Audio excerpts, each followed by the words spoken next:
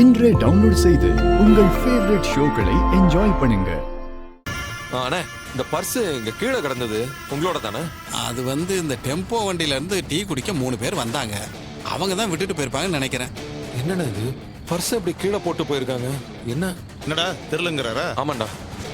சரி, ஓபன் பண்ணி பாரு. ஐடி கார்டு ஏதாவது இருக்கும்ல?